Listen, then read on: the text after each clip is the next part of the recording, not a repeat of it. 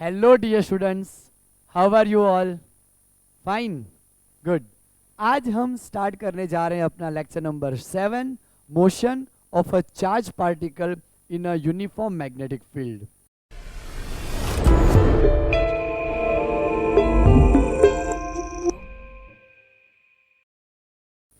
Friends, last lecture में हमने discuss करा था कि जो चार्ज पार्टिकल होता है वो अगर मैग्नेटिक फील्ड में मोशन करता है तो उसके ऊपर एक फोर्स लगती है। तो आज हम उसके 3 केसेस डिस्कस करेंगे कि कब कितनी फोर्स लगती है और उसकी ट्रेजेक्टरी कैसी होती है, राइट? तो आइए शुरू करते हैं अपना आज का लेक्चर। दोस्तों, सबसे पहले मैं टाइटल लगाऊंगा यहाँ पे, motion of a charge particle in a uniform magnetic field, right? तो हमने इसके पहले वाले लेक्चर में डिस्कस करा था कि मान लो कोई भी पार्टिकल, चार्ज पार्टिकल अगर यूनिफॉर्म मैग्नेटिक फील्ड में ट्रैवल कर रहा है तो उसके ऊपर फोर्स लगेगा जिसका फॉर्मूला आएगा ये F is equal to Q V cross B. Okay, ये उसका फॉर्मूला आएगा। ओके, उसमें हमने ये भी पढ़ा था कि F जो है वो V के परपेंडिकुलर, ओके, और जो फोर्स है वो B के भी perpendicular. Okay, all are perpendicular to each other. लेकिन अब यहाँ पे हम उसके केसेस लेंगे कि उसकी वेलोसिटी मैग्नेटिक फील्ड के अंदर किस तरह से हो सकती है। तो यहाँ पे हमने ये तो पता करा कि चार्ज पार्टिकल के ऊपर जो फोर्स लगता है वो वेलोसिटी, मैग्नेटिक फील्ड दोनों के बीच का एंगल उसके ऊपर भी डिपेंड करता है, Q V B sine theta, where theta is the angle between V and B. और हमें यहाँ पे फोकस इसी के ऊपर करना है, वेलोसिटी और मैग्नेटिक फील्ड उसके बीच एंगल कितना बन रहा है उसके ऊपर डिपेंड करेगी कि हमारी जो मोशन हो रही है उसकी ट्रैजेक्टरी कैसी आएगी। ट्रैजेक्टरी मतलब उसका पाथ कैसा बनेगा, वो स्ट्रेट लाइन बनेगा, सर्कुलर बनेगा या हेलिकल स्पाइरल शेप का बनेगा, है ना? तो हम यहाँ पे पहला केस स्टडी करते हैं, when charge particle enter parallel और anti parallel to magnetic field.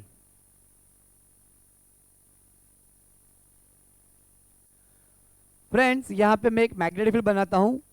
Okay, अगर उस मैग्नेटिक फील्ड के अलोंग या उसके अपोजिट अगर चार्ज पार्टिकल वेलोसिटी परफॉर्म कराता है, यानी वो परफॉर्म करता है, मोशन करता है, तो उसके ऊपर किस हिसाब से फोर्स लगेगा, कितना फोर्स लगेगा, पहले वो हम यहां डिफाइन करते हैं, Q V cross B, right? तो हम यहाँ पे क्रॉस रिमूव करेंगे तो वेक्टर क्वांटिटी होने की वजह से यहाँ पे साइन थीटा आएगा। अब मान लो कि ये हमारा मैग्नेटिक फील्ड बी है, बी, और चार्ज पार्टिकल प्लस क्यू उसके अलोंग मोशन कर रहा है। ओके, जब अलोंग मोशन करता है तो पैरेलल मोशन बोली जाती है, और पैरेलल मोशन के लिए अपना थीटा क्या आएगा, 0। जब हमारा चार्ज पार्टिकल मैग्नेटिक फील्ड के अलोंग मोशन करेगा, उसकी डायरेक्शन में मोशन करेगा, पैरेलल मोशन करेगा, तो थीटा हमारा 0 आएगा, और वो 0 हम यहाँ पे लगाएंगे तो F हमारा क्यू वी बी साइन 0 होगा, यानी कि नेट फोर्स यहाँ पे 0 आएगा। ओके, यानी कि चार्ज पार्टिकल के ऊपर फोर्स नहीं लगेगा जब वो अलोंग जाएगा। सपोज कर लो कि चार्ज पार्टिकल अपोजिट डायरेक्शन से एंटर हुआ, उसकी वेलोसिटी मैग्नेटिक फील्ड की डायरेक्शन के अपोजिट अगर हुई तो मैग्नेटिक फील्ड हमारा इस तरफ और चार्ज पार्टिकल की वेलोसिटी इस तरफ, दोनों का जो एंगल बना वो 180 बना। ओके, तो यहाँ पे एंगल 180 हमारा बन रहा है, तो एंटी, दोनों एक दूसरे के अपोजिट हो गए, एंटी पैरेलल। तो F is equal to Q V B sine 180, sine 180 भी 0। तो जिस डायरेक्शन में मोशन कर रहा है उसी डायरेक्शन में मोशन कंटिन्यू रखेगा। ओके, क्योंकि नेट फोर्स 0 हो तो बॉडी पे कोई नेट फोर्स तो लग नहीं रही, एक्सटर्नल फोर्स 0 है यहाँ पे। ओके, मैग्नेटिक फील्ड उसको एक्सटर्नल फोर्स प्रोवाइड करा रहा है, लेकिन वो तो 0 है यहाँ पे। और फोर्स ही 0 है तो बॉडी अगर रुकी हुई होगी तो रुकी हुई रहेगी, या अगर मोशन कर रही होगी तो अपनी मोशन कंटिन्यू रखेगी, उसमें कोई अफेक्ट नहीं होगा, कोई फर्क नहीं पड़ेगा। तो यहाँ चार्ज पार्टिकल मान लो हमारा ऐसा एंटर किया तो वो ऐसे ही चलता रहेगा, यानी स्ट्रेट पाथ पे ही रहेगा, एंगल तो कोई बना नहीं है, मतलब कि स्ट्रेट जा रहा है, पैरेलल जा रहा है। तो यहाँ पे हमारी जो ट्रेजेक्टरी रहेगी, वो कैसी होगी, स्ट्रेट लाइन। ओके, तो आपको ये ध्यान रखना है कि जब भी हमारा charge particle along the magnetic field जाता है या अपोजिट टू मैग्नेटिक फील्ड जाता है, थीटा 0 बनाता है या थीटा 180 बनाता है, तो उसके ऊपर कोई फोर्स नहीं लगती, और कोई फोर्स नहीं लगने की वजह से वो अपनी ट्रेजेक्टरी स्ट्रेट लाइन ही फॉलो करेगा। तो ये था हमारा पहला केस। आई होप आपको बहुत अच्छे से आइडिया आया है कि F0 आ रहा है, उसकी वजह से हमारा जो चार्ज पार्टिकल है वो स्ट्रेट लाइन में ही मोशन करता रहेगा, क्योंकि एक्स्ट्रा कोई उसको डेविएशन ही नहीं आ रहा, राइट, एक्स्ट्रा कोई डिफ्लेक्शन नहीं आ रहा है। ओके, हमारा मतलब पोजीशन चार्ज पार्टिकल का चेंज कब होगा, जब उसको कोई खींच रहा होगा, फोर्स लगा रहा होगा। यहाँ पे कोई फोर्स नहीं लग रहा है, राइट। इस तरह से फोकस्ड है चार्ज पार्टिकल, है ना, जैसे आप फोकस्ड हो अपनी स्टडी के लिए, उस तरीके से। ओके, अब हम करते हैं सेकंड केस। ओके, और सेकंड केस का ही हमारा यहाँ पे इंपॉर्टेंस ज़्यादा है, उसी के ऊपर ज़्यादा क्वेश्चन बन रहे हैं। 2 क्वेश्चन तो हम नीट के करेंगे और जेई के क्वेश्चन हम यहाँ पे ज़्यादा लेंगे, क्योंकि जेई की एग्ज़ाम 2 बार आती है ईयरली, और उसके क्वेश्चन भी ज़्यादा हमें मिल गए हैं, राइट। तो इसको मिटा देता हूँ और सेकंड केस हम स्टार्ट करते हैं। ये फॉर्मूला भी आपको अब याद रह चुका है, ओके, अच्छे से, क्योंकि लास्ट प्रीवियस लेक्चर में भी करा था और इस पर भी हम वही डिस्कशन कर रहे हैं। तो यहाँ पे हम लेंगे when charge particle enter at a 90 degree perpendicular to magnetic field. यहाँ पे हमारे एनसीईआरटी में जो डायग्राम बना है वही डायग्राम से करते हैं, ताकि बोर्ड में अगर आपको ये क्वेश्चन थियरी आती है तो भी आप प्रॉपरली इसको लिख पाओगे, उस तरीके से ही हम यहाँ पे कर रहे हैं। ओके, तो when charge particle enter at a perpendicular magnetic field, when charge particle enter in perpendicular magnetic field। अगर हमारा चार्ज पार्टिकल मैग्नेटिक फील्ड के परपेंडिकुलर एंटर कर रहा है तो ट्रेजेक्टरी कैसी होगी, मोशन कैसी होगी, और उसके जो उसके ऊपर अप्लाई होने वाले फैक्टर्स काम करेंगे वो किस तरह से करेंगे, वो हम यहाँ पढ़ेंगे। अब देखो, मान लो कि मैग्नेटिक फील्ड हमारी यहाँ पे इनवर्ट डायरेक्शन में है, इनसाइड। ओके, इस तरीके से, इस तरीके से।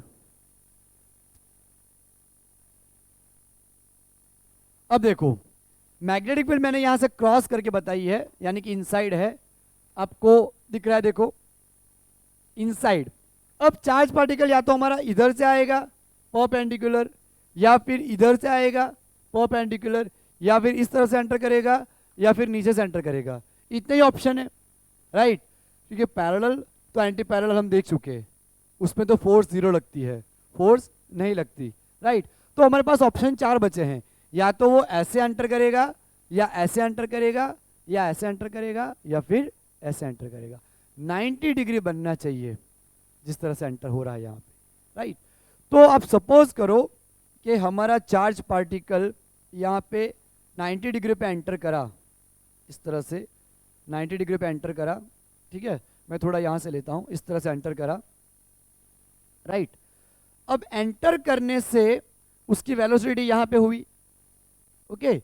अब हमने यहाँ पे स्क्रू रूल पढ़ा था, या फिर फ्लेमिंग का लेफ्ट हैंड रूल पढ़ा था, या हम स्क्रू रूल के जरिए इस तरह से भी हमने देखा था। वापस एक बार डायरेक्शन बता रहा हूँ फ्रेंड्स, लास्ट लेक्चर में हमने डायरेक्शन डिस्कस करी थी, उसमें हमने देखा था कि स्क्रू रूल, वेलोसिटी की जगह पे आपको स्क्रू को रखना है पहले, और मैग्नेटिक फील्ड की डायरेक्शन में स्क्रू को घुमाना है राइट हैंड से, राइट, तो स्क्रू बाहर निकलता हुआ आएगा, यानी फोर्स हमारा बाहर की तरफ आएगा, यहाँ पे फोर्स हमारा लगेगा आउटवर्ड, ये हमारे फोर्स की डायरेक्शन आई, आउटवर्ड आया। या फिर मैं राइट हैंड की फिंगर्स को वेलोसिटी की जगह पे रखूं और वाउंड करूं मैग्नेटिक फील्ड की डायरेक्शन में, तो भी मुझे थंब क्या इंडिकेट करेगा, फोर्स इंडिकेट करेगा। या हम यहाँ पे left hand, Fleming's left hand rule का भी यूज कर सकते हैं, जिसमें थंब हमें क्या शो करेगा, फोर्स की डायरेक्शन, फोर फिंगर हमें शो करेगी मैग्नेटिक फील्ड, और ये वेलोसिटी की डायरेक्शन आई, करंट की डायरेक्शन शो करेगी, FBI। मैंने आपको ऐसे याद रखने को बोला था, फादर मदर चाइल्ड, फादर यानी फोर्स, मदर यानी मैग्नेटिक फील्ड, चाइल्ड यानी करंट। तो आपको पहले मैग्नेटिक फील्ड की तरफ फिंगर रख लेनी है, फिर वेलोसिटी की तरफ आपको सेंटर फिंगर घुमानी है, तो ऑटोमेटिक आपको थंब क्या शो करेगा, फोर्स की डायरेक्शन शो करेगा, राइट। यहां पे हमारा चार्ज पार्टिकल एंटर हुआ, राइट, V की डायरेक्शन में हम फिंगर्स को रखते हैं। अब मुझे फिंगर्स अंदर घुमानी पड़ेगी, वाउंड करनी पड़ेगी, क्योंकि मैग्नेटिक फील्ड अंदर की तरफ है। तो मान लो मैंने अंदर की तरफ उसको घुमाई, तो थंब मेरा है ऊपर की तरफ, तो यहां से चार्ज पार्टिकल हमारा ऊपर जाएगा, फोर्स ऊपर लगेगा, राइट, ओके। अब यहां पे आया तो यहां क्या होगा, वेलोसिटी की डायरेक्शन में मुझे फिंगर्स को रखना है, राइट, इस तरफ, और मुझे वाउंड करनी है फिंगर को अंदर की तरफ, क्योंकि क्रॉस है इनसाइड मैग्नेटिक फील्ड, तो थंब हमारा आया इस तरफ, राइट, इस तरफ। तो इस तरफ से होते होते ये जो मोशन हमारी हो जाएगी वो सर्कुलर होगी, ओके। तो मैं आपको यहाँ पे एक सर्कल ड्रॉ करके दिखा देता हूँ, इस तरह से हमारी मोशन सर्कुलर होगी, ये हमारा सर्कल बन गया। अब आप देखो कि रेड कलर से मैं वेलोसिटी दिखा रहा हूँ, यहाँ हमारी वेलोसिटी थी, तो फोर्स कहाँ लगा, इस तरफ, सेंटर की तरफ। अब देखो इस तरफ मैंने फिंगर्स को रखा, अंदर की तरफ बाउंड किया, तो देखो फोर्स ऊपर की तरफ लगी, सेंटर की तरफ, राइट। अब यहाँ जब हमारा चार्ज पार्टिकल पहुँचा, तो यहाँ मैंने फिंगर्स को रखी, अंदर की तरफ बाउंड किया, तो देखो थंब इस तरफ अब इंडिकेट कर रहा, यानी सेंटर की तरफ फोर्स लगा। तो अब देखो फ्रेंड्स कि यहाँ पे फोर्स और वेलोसिटी लगातार एक दूसरे के परपेंडिकुलर बने हुए हैं, परपेंडिकुलर बने हुए हैं। जब हमारा चार्ज पार्टिकल यहाँ पहुँचेगा और वेलोसिटी की डायरेक्शन में मैं फिंगर्स रखूँ और अंदर की तरफ बाउंड करूँ, तो थंब हमारा इस तरफ शो करेगा, तो हमारी ये डायरेक्शन इस तरफ आएगी फोर्स की। तो फोर्स हमारा टूवर्ड्स सेंटर आ रहा है, फोर्स हमारा यहाँ पे टूवर्ड्स सेंटर आ रहा, और आप देखो कि फोर्स और वेलोसिटी एक दूसरे के परपेंडिकुलर है।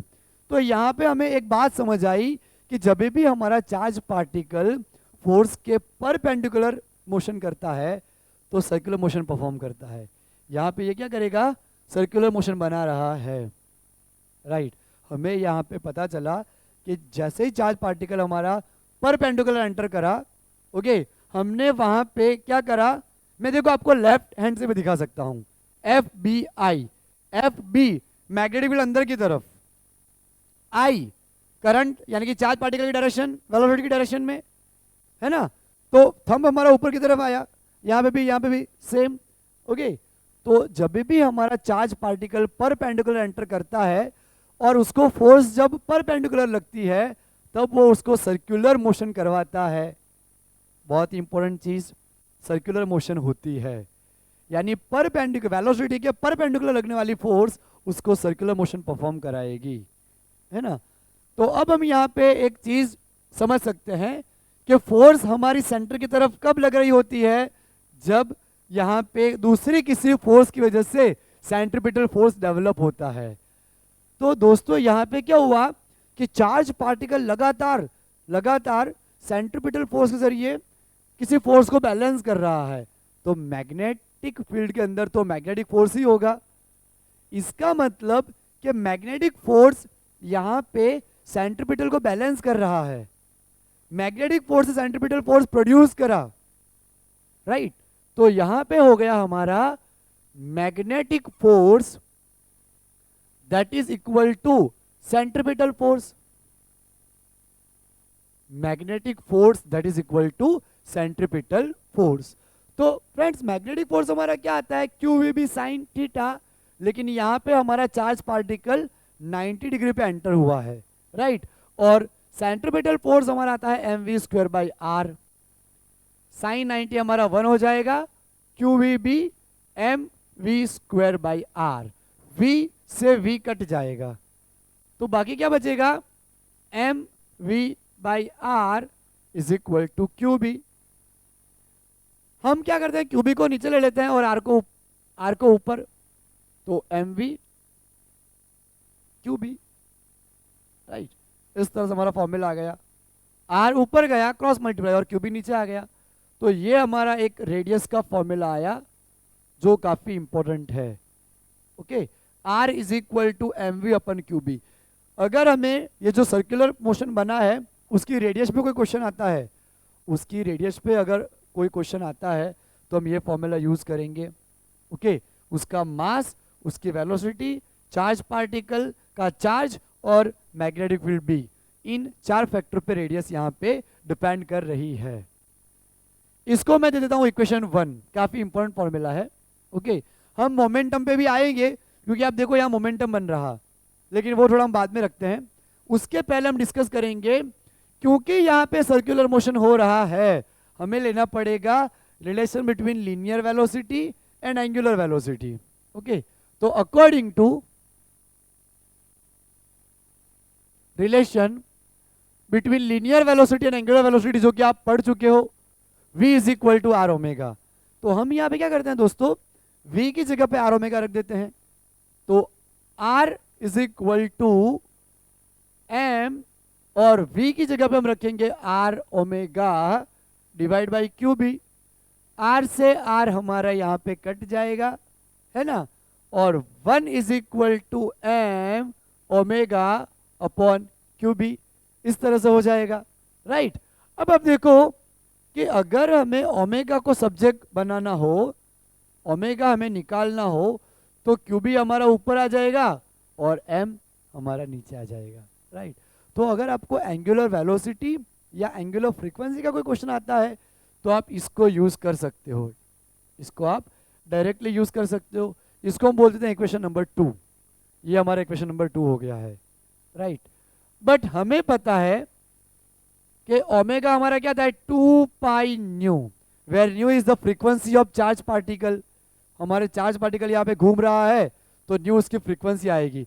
एक चक्कर पूरा करा, 2 पाई से मल्टीप्लाई किया, दूसरा चक्कर पूरा करा, ओके, और 2 इंटू 2 पाई से मल्टीप्लाई करेंगे, तो इस तरह से वो चक्कर काटता जाएगा, इसलिए 2 पाई हमारा आया यहाँ पे।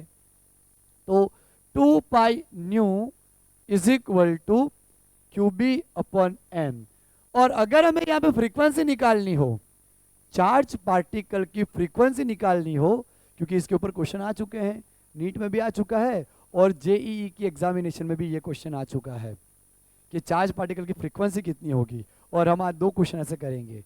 तो फ्रीक्वेंसी निकालनी है तो 2 पाई हमारा नीचे चला जाएगा, तो क्या आ जाएगा, frequency nu is equal to Q B upon 2 pi M. यानी जो चार्ज पार्टिकल की फ्रीक्वेंसी है वो यहाँ पे डिपेंड करेगी चार्ज का मैग्नीट्यूड हमारा कितना होगा, मैग्नेटिक फील्ड का अमाउंट यहाँ पे कितना है, और मास कितना है चार्ज का, राइट। चार्ज के मास के ऊपर भी डिपेंड करेगा। ओके, अब देखो फ्रेंड्स, बहुत ही इंपॉर्टेंट चीज कि फ्रीक्वेंसी जो है वो रेडियस पे या वेलोसिटी पे डिपेंड नहीं करती, frequency is independent of radius and velocity, very important. Okay, मैं यहाँ लिख लेता हूँ फ्रीक्वेंसी ऑफ, अब देखो अगर फ्रीक्वेंसी का फॉर्मूला हम 1/t रख दे, क्योंकि रेसिप्रोकल ऑफ फ्रीक्वेंसी क्या है, टाइम पीरियड। ओके, तो 1/t अगर मैं यहाँ पे रखूं तो क्यू बी अपन क्या हो जाएगा, 2 पाई एम, तो t upon 1 is equal to 2 pi M upon Q B, reciprocal ले लिया, तो टाइम पीरियड का हमें फॉर्मूला मिला 2 pi M upon Q B. Okay, आपको पता है टाइम पीरियड कैसे बोला जाता है, मान लो हमारे चार्ज पार्टिकल ने यहाँ से मोशन स्टार्ट करी, तो एक चक्कर घूमने के लिए, एक चक्कर खत्म करने के लिए उसे कितना टाइम लगाया, वो होगा हमारा टाइम पीरियड। यहाँ से उसने मोशन स्टार्ट करी, एक चक्कर उसने कितने समय में पूरा किया, वो हमारा होगा यहाँ पे टाइम पीरियड। सेकंड बात, फ्रीक्वेंसी, एक सेकंड में कितने चक्कर पूरे किए, number of complete cycle, number of complete oscillation in 1 second is called frequency. एक सेकेंड में टोटल कितने ऑसिलेशन कंप्लीट वो उसने किए हैं, उसको हम बोलेंगे फ्रीक्वेंसी, राइट। तो यहाँ से स्टार्ट करा, कितनी बार घूम गया वो हमारी फ्रीक्वेंसी कहलाएगी। तो वो आपको अच्छे से ध्यान रखना है। ओके, तो टाइम पीरियड मैंने आपको बताया, फ्रीक्वेंसी भी मैंने आपको बताई। तो यहां हम लिखते हैं frequency and time period does not depend on radius and velocity. ये लाइन हमारे लिए यहां पे इंपॉर्टेंट है, रेडियस एंड वेलोसिटी। और टाइम पीरियड का फॉर्मूला हमारा निकल के आ गया, राइट। तो ये चीज हमारे लिए इंपॉर्टेंट थी। तो अगर आपको बोर्ड्स में आता है तो आपको इतना ही करना है, राइट। अगर हेलिकल मोशन के बारे में अलग से पूछो थीटा एंगल पे, तो वो अभी हम करेंगे, आगे डिस्कस करेंगे। लेकिन बोर्ड में आप इतना लिख सकते हो, अगर आपका motion of a charge particle inside a uniform magnetic field आता है, राइट। ये हमारा यूनिफॉर्म मैग्नेटिक फील्ड के लिए है। अब देखो यहाँ पे हम क्या करते हैं कि अगर हम इसको मोमेंटम के फॉर्म में कंसीडर कर लें mv को, तो यहाँ पे हमारे कैसे केस बन सकते हैं। तो आप पहले तो ये फॉर्मूला आप नोट कर लीजिएगा, बहुत ही इंपॉर्टेंट फॉर्मूला है। ओके, अब हम आगे बढ़ते हैं। फ्रॉम इक्वेशन 1 अगर हम mv को p लिख लेते हैं in the form of momentum, तो r is equal to p upon QB। तो ये भी हमारे लिए एक इंपॉर्टेंट फॉर्मूला है। ओके, अगर कंजर्वेशन ऑफ मोमेंटम का कोई क्वेश्चन आया तो मोमेंटम हमारा कांस्टेंट रहेगा, तो आर बी का कोई यहाँ पे रिलेशन बन सकता है, राइट। आर और चार्ज का रिलेशन बन सकता है, रेडियस और चार्ज का। तो ये एक इंपॉर्टेंट चीज थी। अब हमें पता है कि अगर हमें काइनेटिक एनर्जी का क्वेश्चन आता है तो हमें क्या करना होगा, मोमेंटम को कन्वर्ट करना होगा काइनेटिक एनर्जी के फॉर्म में। ओके, तो हम यहाँ पे अगर मोमेंटम को काइनेटिक एनर्जी फॉर्म में कन्वर्ट करते हैं, तो ये हमारा मोमेंटम का देसी फॉर्मूला है जो हमें पता है, P is equal to mv। अगर हम इसको ऊपर नीचे मल्टीप्लाई करते हैं, काइनेटिक एनर्जी कन्वर्ट करनी है, तो एक काम करते हैं, काइनेटिक एनर्जी को मल्टीप्लाई करते हैं m बाई एम से। तो क्या हो जाएगा, m square V square upon 2m, है ना। अगर मैं इसका स्क्वायर करता हूं p square m square V square, इसका मतलब m स्क्वायर वी स्क्वायर की जगह पे हमें यहाँ पे p स्क्वायर लेना है। तो काइनेटिक एनर्जी हमारी यहाँ पे आ जाएगी p स्क्वायर अपॉन 2m। तो यहाँ पे हमारा हो जाएगा p square is equal to 2mk, और p हमारा यहाँ पे हो जाएगा अंडर रूट 2mk। p हमारा कितना हो जाएगा, अंडर रूट 2mk। ओके, यहाँ पे k हमारी काइनेटिक एनर्जी आई। तो इसका यूज हम यहाँ पे भी कर सकते हैं। तो यहाँ पे हमारा रेडियस का फॉर्मूला निकल के आएगा, काइनेटिक एनर्जी के साथ relation 2 under root 2mk upon QB। ओके, ये बाकी के सारे फॉर्मूला मैं मिटा देता हूँ यहाँ पे, ताकि हमारे पास और जगह बन जाए और हम वहाँ पे और फॉर्मूला लिख सकें। तो ये हमारा इसका काम हो गया है। टाइम पीरियड फ्रीक्वेंसी का फॉर्मूला आपको याद रखना है, आगे चल के अभी आज हम क्वेश्चन उसके ऊपर करने वाले हैं। टाइम पीरियड याद रखो 2πm अपन QB, तो फ्रीक्वेंसी अपने आप आपको याद रहेगी। ओके, अब आप देखो यहां पे हमारा ये रिलेशन आया, R is equal to under root 2mk where k is kinetic energy upon QB। Okay, अब अगर हमारा चार्ज पार्टिकल किसी पोटेंशियल डिफरेंस के अंदर, पोटेंशियल डिफरेंस के थ्रू अगर चार्ज पार्टिकल मोशन कर रहा है, अगर हमने यहाँ पे बैटरी लगा रखी हो, पोटेंशियल अप्लाई कर रखा हो, तो k हमारा आ जाएगा Q into V, where v is the potential difference.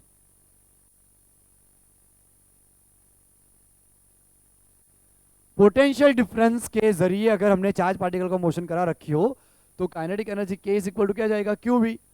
ये हमने पढ़ा है, work is equal to charge into potential, और वर्क एनर्जी थ्योरम के थ्रू हम यहाँ पे वर्क की जगह पे काइनेटिक एनर्जी ले सकते हैं और उसकी वैल्यू हम यहाँ पे रख सकते हैं। तो R is equal to under root 2mq, मैं V इस तरह से लिख रहा हूं, वो हमारा वोल्टेज या पोटेंशियल डिफरेंस है, अपॉन QB, अपॉन QB।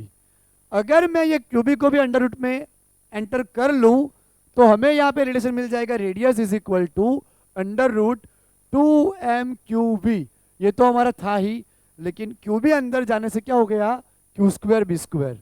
तो Q हमारा cancel, R is equal to 2m V upon Q B square. तो ये हमारा एक रिलेशन आ गया, right. R is equal to under 2mv upon Q B square. तो ये सारे रिलेशन दोस्तों आपके लिए काफ़ी इंपॉर्टेंट है, याद रखना। एक तो ये रिलेशन काफ़ी इंपॉर्टेंट है, ये हमने बोला वो, एक ये रिलेशन और एक ये पोटेंशियल वाला रिलेशन। अगर पोटेंशियल हमें आता है, हमारे लिए यहाँ पे काइनेटिक एनर्जी का भी इक्वेशन बहुत इंपॉर्टेंट रहेगा, लेकिन वो हम आने वाले लेक्चर में करेंगे जिसमें हम साइक्लोट्रॉन डिस्कस करेंगे। तो साइक्लोट्रॉन के वक्त हमें काइनेटिक एनर्जी की ज़्यादा रिक्वायरमेंट आएगी और उनके जो क्वेश्चंस है वो भी हम वहीं पे करेंगे। इसीलिए अभी हमारा जो लेक्चर है उसमें हम हेलिकल मोशन तो भी परफॉर्म करेंगे ही, लेकिन ऐसे जो क्वेश्चन है वो ज़्यादातर ज़्यादा आते हैं। ओके, जेई और नीट के एग्जाम में ये जो सारे फॉर्मूलाज हैं उनके ऊपर क्वेश्चन ज़्यादा आ रहे हैं। अब एक बात वापस हम कंक्लूजन पे आते हैं कि यहाँ पे जो मोशन हुई, जो फोर्स लगा 90 डिग्री के ऊपर, तो उसकी वजह से हमारे चार्ज पार्टिकल ने क्या करा, सर्कुलर मोशन परफॉर्म करा। तो यहाँ पे हमारी ट्रेजेक्टरी क्या बनेगी, यहाँ पे हमारी ट्रेजेक्टरी बनेगी सर्कुलर पाथ, और जो मोशन हमारा आएगा सर्कुलर मोशन आएगा। तो ये आपको याद रखना है। उसमें स्ट्रेट पाथ हुआ था, लिनियर लाइन, इसमें हमारा सर्कल बना, सर्कुलर पाथ बना। मैं यहाँ पे फ्रेंड्स आपको एक चीज बताना चाह रहा हूँ कि यहाँ पे ज्यादातर जो क्वेश्चन आते हैं वो proton, electron, helium particle, helium nucleus, इनके, या ड्यूट्रॉन, इनके ज्यादा आते हैं। तो उसके बारे में हम यहाँ पे डिस्कस करते हैं। हमारे चार्ज यहाँ पे हो सकते हैं या तो प्रोटॉन या फिर ड्यूटेरॉन या फिर हीलियम न्यूक्लियस, हीलियम न्यूक्लियस। अब फ्रेंड्स उनका जो मास रहेगा वो हम डिस्कस करते हैं। प्रोटॉन जो होता है वो 1h1 होता है, ये हमारा कहलाता है चार्ज, एटॉमिक नंबर। और ये हमारा कहलाता है एटॉमिक मास, जो कि आपको अच्छे से पता है। तो प्रोटॉन में जो हमारा मास रहेगा वो 1 यानी कि m रहेगा, सिर्फ mp, mass of proton. Neutron का फॉर्मूला आता है 1h2, तो चार्ज तो वही रहेगा, सॉरी प्रोटॉन का मास 1 और चार्ज वो भी हम लिख लेते हैं, चार्ज भी प्रोटॉन का 1 यानी Q। ओके, न्यूट्रॉन का जो मास रहेगा 1h2, 2 टाइम ऑफ प्रोटॉन, तो यहां पे हम लिखेंगे 2mp। जब भी न्यूट्रॉन का कोई भी क्वेश्चन आता है तो न्यूट्रॉन के लिए फ्रेंड्स आपको 2mp यूज करना है, याद रखना 2mp, 2 time mass of proton, right. Charge जो आएगा उसका वो Q ही हम लेंगे। अब हीलियम न्यूक्लियस, हीलियम न्यूक्लियस को अल्फा पार्टिकल भी बोला जाता है, अल्फा पार्टिकल। तो आपको क्वेश्चन में मेंशन कर रखा होगा अल्फा पार्टिकल्स, हीलियम न्यूक्लियस। तो आपको ध्यान रखना है कि जब भी अल्फा पार्टिकल मेंशन कर रखा हो तो वो आएगा 2He4। तो 2 हमारा कहलाएगा चार्ज, तो चार्ज हमारा आएगा 2 टाइम, यहां पे चार्ज हमारा आएगा 2 टाइम Q, और मास 4 टाइम ऑफ प्रोटॉन, क्योंकि तकरीबन प्रोटॉन का मास और न्यूट्रॉन का मास सेम आता है, तो हम यहाँ पे डायरेक्ट प्रोटॉन को कंसिडर कर रहे हैं, 4mp लिख रहे हैं यहाँ पे, राइट। बाकी 4 प्रोटॉन नहीं है, टोटल 4 है, मतलब 2 प्रोटॉन है और 4 में से 2 माइनस करो, 2 न्यूट्रॉन है, लेकिन हम टोटल कंसिडर कर रहे हैं क्योंकि अप्रोक्सीमेटली प्रोटॉन और न्यूट्रॉन का मास बहुत ही कंपेरेबल, थोड़ा सेम रहता है, राइट। तो 4 time of mass of proton.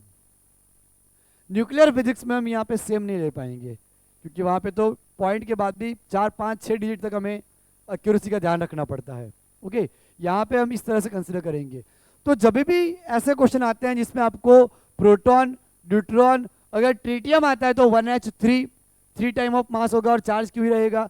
Alpha particle आता है तो 4mp मास और चार्ज 2Q। अगर फ्रेंड्स आप ये अगर आपने याद रख लिया तो आपके लिए ऐसे क्वेश्चन को सॉल्व करना काफ़ी इजी हो जाएगा, राइट। तो अब हम वही स्टार्ट करते हैं, हम इसके ऊपर इसके बेस न्यूमेरिकल करते हैं। Okay,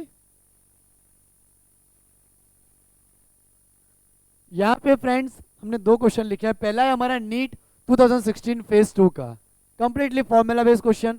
an electron is moving in a circular path under the influence of a transverse magnetic field of 3.5 10⁻² Tesla. तो मैग्नेटिक फील्ड बता रखा है 3.57 10⁻² टेस्ला.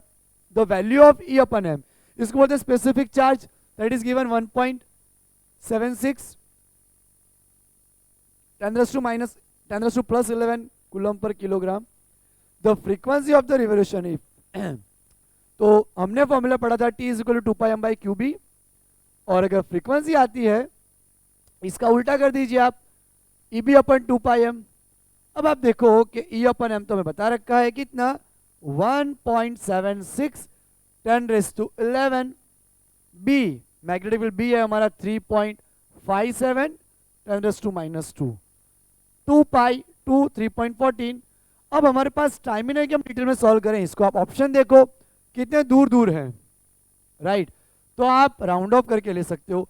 इसको हम ले लेंगे 2, इसको हम ले लेंगे 4, 11 - 2 9, 2 3.14 को हम ले लेते हैं 3, 2 2 = 4, इसको हम 1.12 आप जो भी लिखो 10⁻9 1 अप्रोक्सीमेटली 1 ले लो इसको. तो हमारा आंसर क्या आया 10⁻9 हर्ट्ज, यानी कि 1 गीगाहर्ट्ज आ गया ना. 1 × 10⁻9 यानी कि 1 गीगाहर्ट्ज. तो यहाँ पे हमारा आंसर बना C. तो इस तरीके से आपकी स्पीड बननी चाहिए और वो प्रैक्टिस से बनेगी, राइट. अब यहाँ पे हम देखते हैं ऐसा ही question. An electron with energy 0.1 kilo electron volt. Friends एक बात बहुत ही इंपॉर्टेंट कि जो हमने अभी सर्कुलर मोशन पढ़ा ना, उसमें काइनेटिक एनर्जी यहाँ पे इंक्रीज नहीं करती, काइनेटिक एनर्जी चेंज नहीं होती. चेंज इन काइनेटिक एनर्जी 0 आती है, ओके, क्योंकि वर्क डन 0 आता है. हमने लास्ट लेक्चर में पढ़ा था कि जिस तरफ फोर्स लगता है वेलोसिटी उसके परपेंडिकुलर होती है. तो फोर्स और displacement perpendicular, W = FD cos 90, cos 90 0, तो वर्क डन भी 0, चेंज इन काइनेटिक एनर्जी भी 0. तो लास्ट लेक्चर का हमने एक पॉइंट वापस रिवाइज करा ताकि आपको इसमें आइडिया आ पाए. Moves at a right angle and 90 degree to earth magnetic field of 1 10⁻⁴. Frequency of revolution will be, और मास बता रखा है इलेक्ट्रॉन का, चार्ज तो हमें पता ही होता है. सेम फॉर्मूला लगेगी EB/2πm. चार्ज इलेक्ट्रॉन का 1.6 10⁻⁻19. मैग्नेटिक फील्ड बता रखा है 10⁻⁻4 2 3.14, और जो मास है वो है 9.1 10⁻31. अब यहाँ पे हम अगर राउंड ऑफ करें तो इसको हम 16 और इसको हम 90 कर देते हैं, राइट.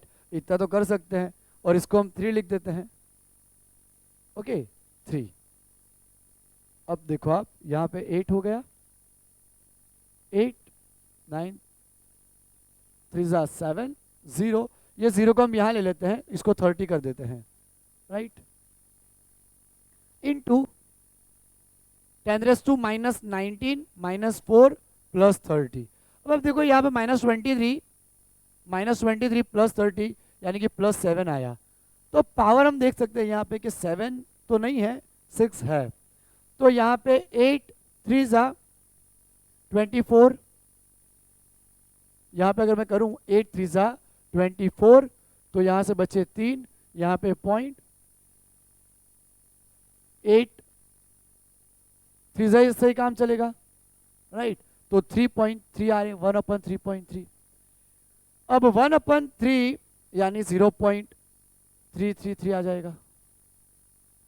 तो 3.3 10⁻6.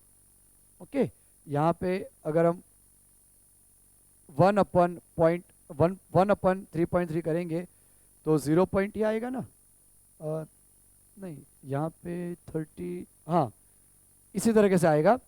तो यहाँ पे आप देखो ऑप्शन, तो अप्रोक्सीमेटली यहाँ मैच कर रहा है. 2.8 का नज़दीक वैल्यू है 10⁻6, क्योंकि इससे तो काफ़ी दूर है, राइट. तो आंसर आएगा C. ओके, तो ये दो हमने क्वेश्चन करे. तो अब हम आगे बढ़ते हैं. ओके फ्रेंड्स, हम अभी 4 क्वेश्चन करने वाले हैं. पहला हमारा है नीट 2019 का. Ionised hydrogen atoms and alpha particle. हमारे पास हाइड्रोजन एटम है और अल्फा पार्टिकल है विथ सेम मोमेंटम। यहां हमें बता रखा है मोमेंटम सेम, यानी कि मोमेंटम चेंज नहीं कर रहा। Enters perpendicular to a constant magnetic field, magnetic field भी सेम है यानी कि कांस्टेंट है। The ratio of the radii of the path r h and r alpha will be, तो r is equal to momentum upon Q B, ये हमारा formula था। ये तो सेम बता दिया, ये भी सेम बता दिया, यानी कि रिलेशन क्या बना, R inversely proportional to Q. हमें पूछा है R H upon R alpha, R H upon R alpha inversely proportional होने की वजह से जहां पे आर एच आता है वहां पे क्यू अल्फा आएगा और यहाँ पे क्यू एच आएगा। अब आप ही मुझे बताओ कि अल्फा का चार्ज हमने कितना लिखा था, 2He4 यानी 2E, और हाइड्रोजन का चार्ज केवल E, 2Q अपन Q, E कैंसल, तो आंसर आया हमारा 2/1। तो इसका आंसर आता है हमारा 2:1, तो यह आंसर आ गया। अब ये वाला क्वेश्चन देखो, अब proton and alpha particle, proton है और अल्फा पार्टिकल जैसे इसमें था, of same speed enter in a, speed same बता रखी है, speed same, enter in a uniform magnetic field which is acting perpendicular to the direction, यानी थीटा एंगल है perpendicular. The ratio of the circular path describe by the alpha particle and proton is, circular path का हमें यहाँ पे ratio लेना है, यानी कि रेडियस का रेशियो हम निकालते हैं, किसका किसका, प्रोटॉन और alpha, alpha particle and proton, यहाँ पे उल्टा पूछा है, alpha particle and proton, right. पहले तो हमें फॉर्मूला निकालनी पड़ेगी, ये रही फॉर्मूला हमारी, R is equal to M V upon Q B. तो मैग्नेटिक फील्ड यहाँ पे सेम रह रहा है और स्पीड सेम बोली है, यानी कि R proportional to M upon Q. Okay, यहाँ पे R alpha upon R P is equal to M के साथ R डायरेक्टली प्रोपोर्शनल है, एम के साथ R डायरेक्टली प्रोपोर्शनल है ना, तो यहाँ पे क्या आएगा एम अल्फा अपॉन, यहाँ पे एम अल्फा, यहाँ पे एम पी, और क्यू इनवर्सली प्रोपोर्शनल है तो Q P upon Q alpha, right. अब आप देखो कि मास जो है अल्फा का वो कितना आता है, 4 टाइम एम पी, और प्रोटॉन का तो एम पी ही है, M P. Charge of proton हमने पढ़ा था क्यू, क्यू, और अल्फा का चार्ज आता है 2Q, 2Q, MP cancel, Q Q cancel, 2 2 जा 4, आंसर आया हमारा 2:1, तो यहाँ पे आंसर आया हमारा 2:1। अब हम ये वाला क्वेश्चन करते हैं।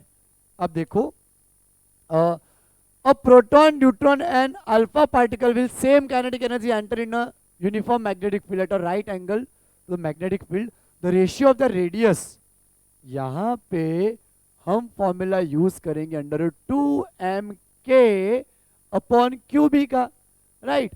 काइनेटिक एनर्जी सेम, 2 कांस्टेंट है, मैग्नेटिक फील्ड कांस्टेंट, यहाँ पे हमारा रिलेशन लगेगा m अपन क्यू का, राइट, मास अपन चार्ज का।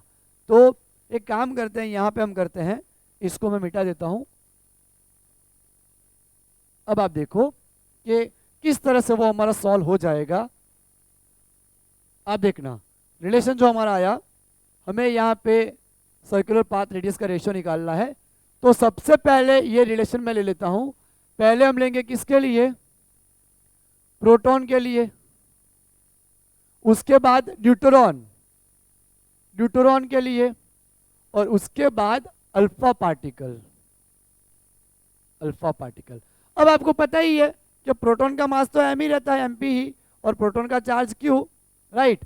न्यूट्रॉन का मास 2 टाइम एमपी, राइट, और चार्ज क्यू, और हीलियम अल्फा पार्टिकल का 4 टाइम मास और चार्ज 2 क्यू, क्यू से क्यू कैंसल, एम से एम कैंसल, 1 का रूट 1, रूट 2, 4 का रूट निकलेगा 2, 2/2 1, 1 रूट 2 1, जैम रूट 2 जैम 1, 1:√2:1, 1:√2:1, डी आंसर आ गया हमारा, राइट। तो इस तरह से आप इजीली उनको सॉल्व कर सकते हो। अब आप देखो फ्रेंड्स, यहाँ पे 2 charge particles having a same kinetic energy same बता रखी है, are allowed to pass through a uniform magnetic field, magnetic field भी सेम है, के same magnetic field same to the direction of motion if the ratio of radii of their circular path is 6:5। यहाँ पे ratio हमारा 6:5 है, 1:2 ले लेते हैं, 1:2, 6:5। तो आप मुझे बताओ कि R2/R1 क्या होगा, 5/6। Okay, and respectively mass ratio is 9/4। मास का रेशियो हमारा आएगा यहाँ पे 9/4।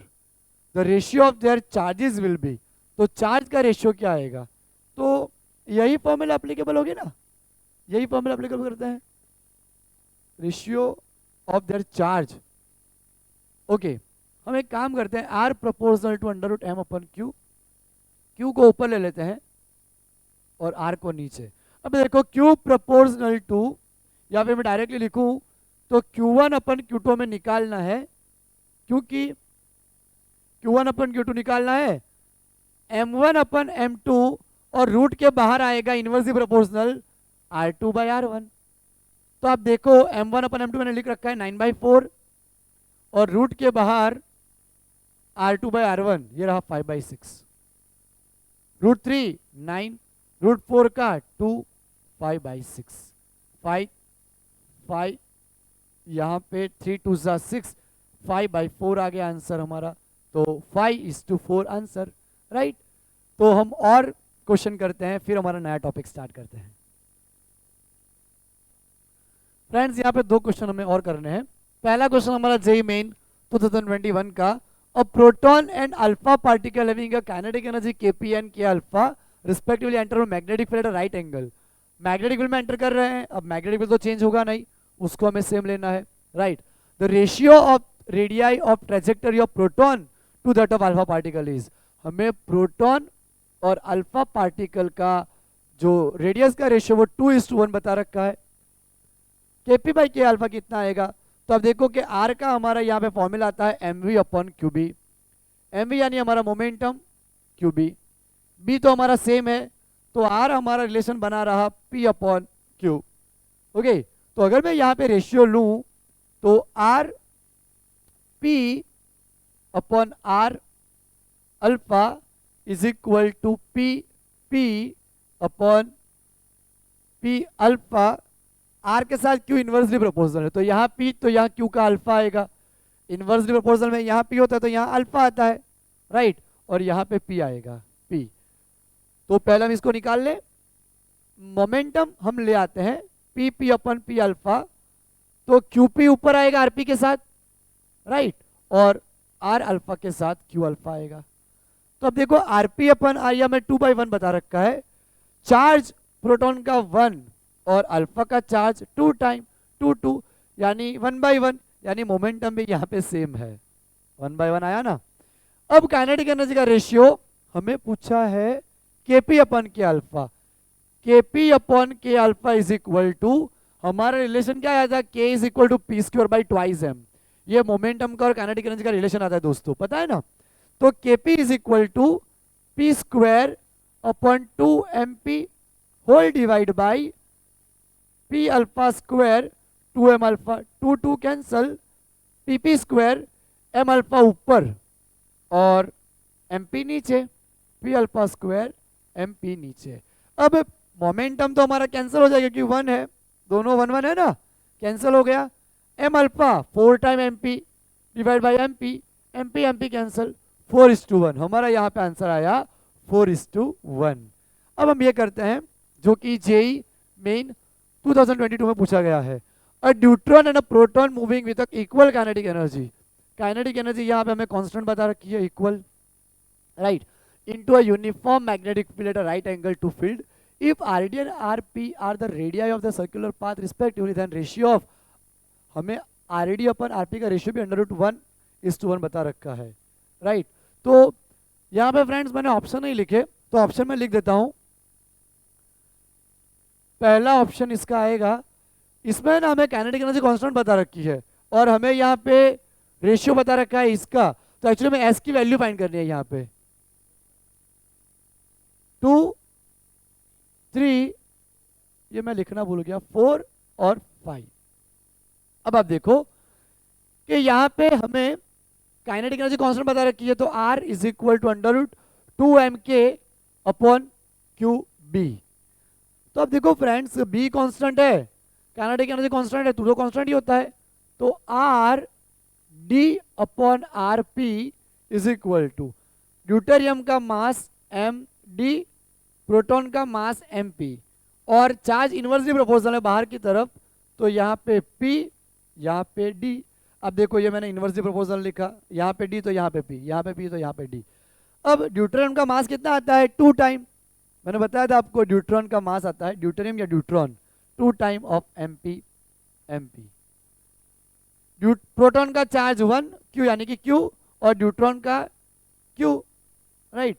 चार्ज मास डबल आता है, चार्ज तो सेम आता है, Q Q cancel, MP cancel, यानी कि √2 आया। अब RD अपन RB बता रखा है हमें √x upon 1 is equal to √2, दोनों तरफ स्क्वायर करेंगे तो x इज इक्वल टू 2, तो हमारा आंसर आया यहाँ पे 2।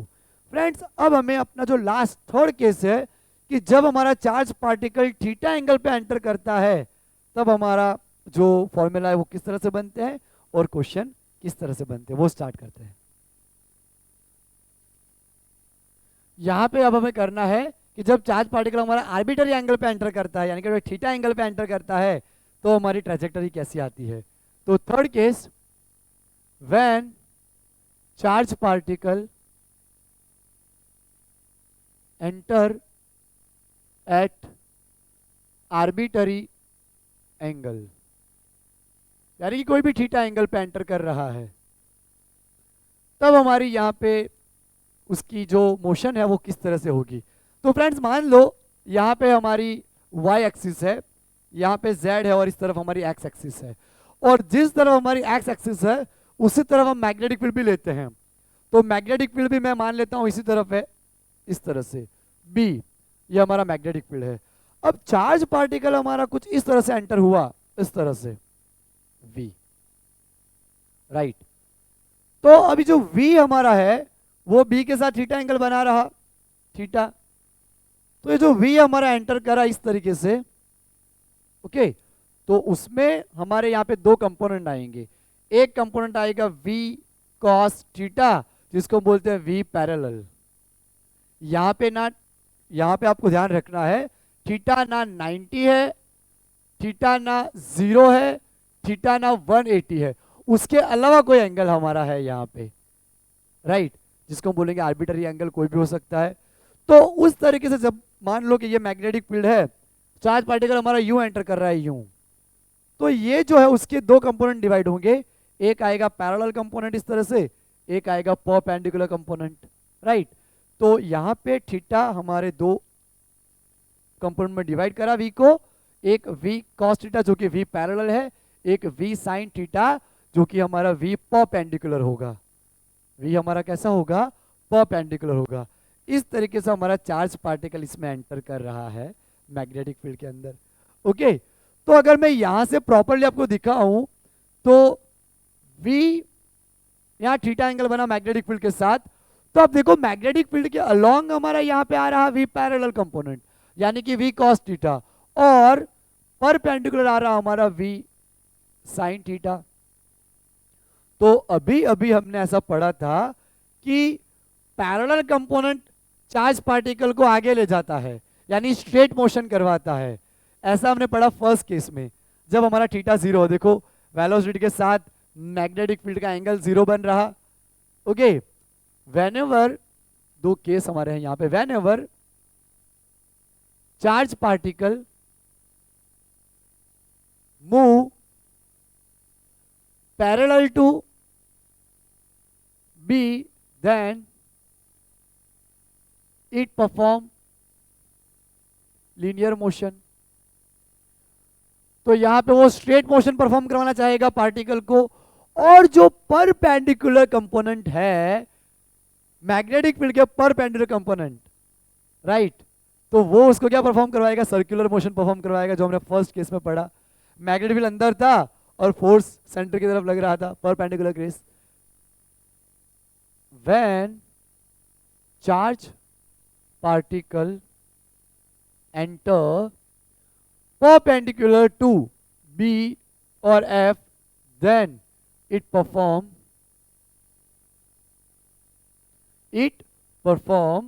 circular motion।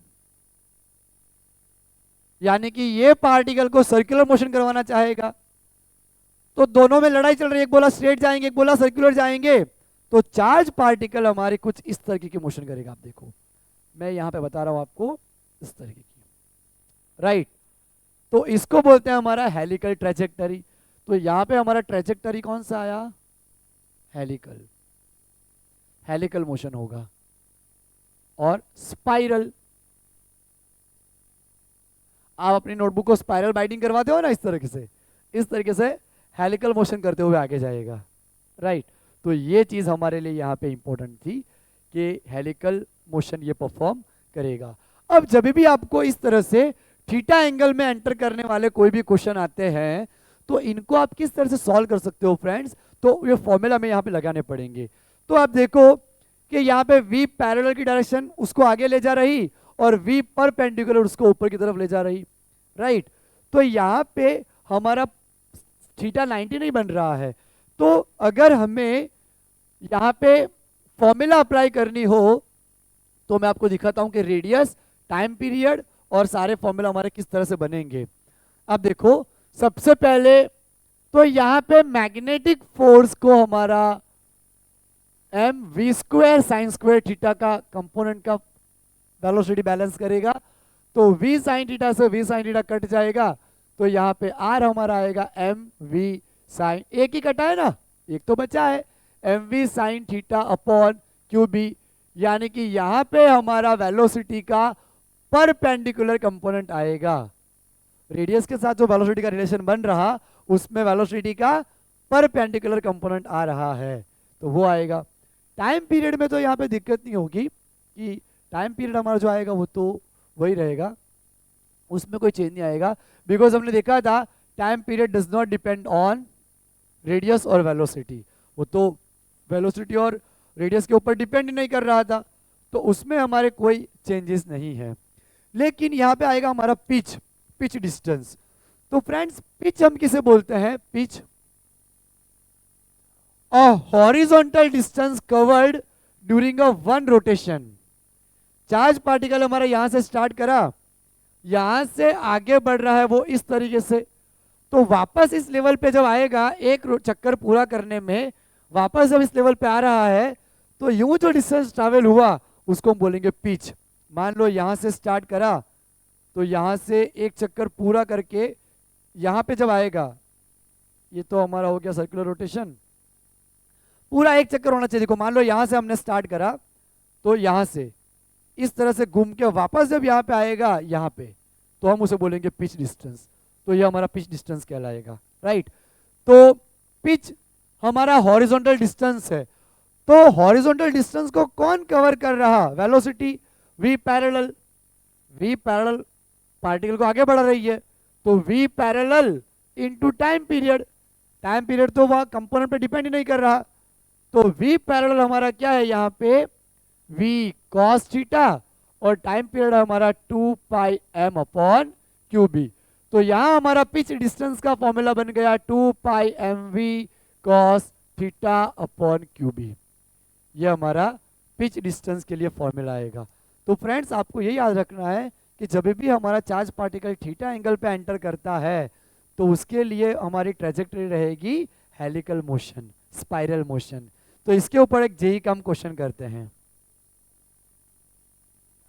और ये फ्रेंड्स हमारा जेई 2023 का क्वेश्चन जो अभी हमने थर्ड केस करा उसके ऊपर से है।